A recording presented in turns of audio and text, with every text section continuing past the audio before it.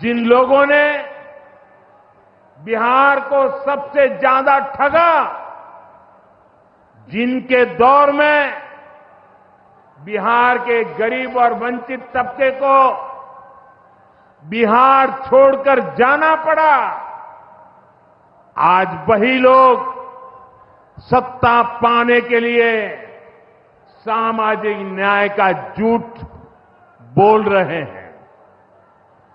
दशकों तक बिहार के दलित, पिछड़ों और आदिवासियों के पास शौचालय तक नहीं था। दशकों तक हमारे इन भाई बहनों के पास बैंक में खाता नहीं था। उन्होंने बैंकों में उनके लिए तो एंट्री बंद थी, दरवाजे तक भी घुसने नहीं दिया जाता था। दलित और पिछड़ा वर्ग के ही सबसे ज्यादा लोग झुग्गी झोपड़ी में जीवन गुजारा करते थे, उनके पास पक्का घर तक नहीं था, वे बेघर थे। करोड़ों लोगों के सर पर छत तक नहीं थी। मैं आपसे पूछता हूं, बिहार के लोगों की ये दुर्दशा, ये पीड़ा, ये तकलीफ, क्या ये कांग्रेस और आरजेडी का, क्या यही सामाजिक न्याय था? गरीबों को इस प्रकार से मजबूरी में जीने के लिए सारी नीतियां बनाने के आदी लोग।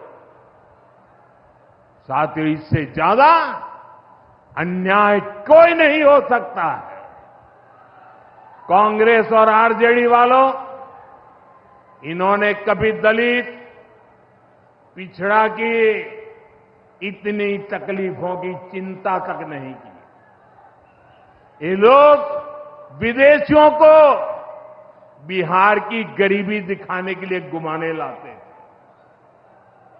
अब जब दलित, वंचित और पिछड़ा समाज ने कांग्रेस को उसके पापों की वजह से छोड़ दिया है, तो इन्हें अपना अस्तित्व बचाने के लिए सामाजिक न्याय की बातें याद आ रही है।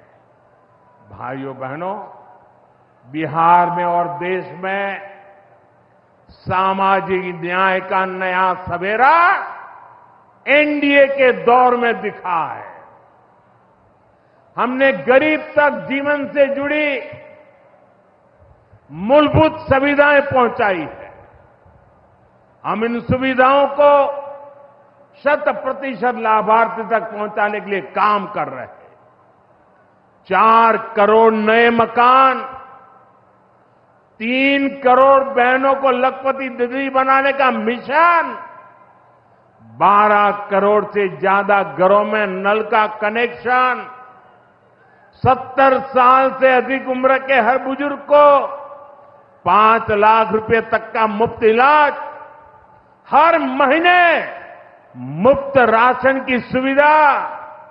हमारी सरकार हर गरीब और जरूरतमंद के साथ खड़ी है। साथियों, हम चाहते हैं कि कोई भी गांव छूटे नहीं, कोई भी हकदार परिवार सरकार की योजनाओं से वंचित न रह जाए। मुझे खुशी है, इसी सोच के साथ बिहार सरकार ने डॉक्टर भीमराव अंबेडकर समग्र सेवा अभियान शुरू किया है। इस अभियान में 22 जरूरी योजनाएं एक साथ लेकर सरकार गांव-गांव, टोला-टोला पहुंच रही है। हमारा लक्ष्य है हर दलित, महादलित, पिछड़े, अति पिछड़े, गरीब के घर तक सीधे पहुंचना। मुझे बताया गया है कि अब तक 30,000 से ज्यादा कैंप लग चुके हैं। लाखों लोग इस अभियान से जुड़ चुके हैं।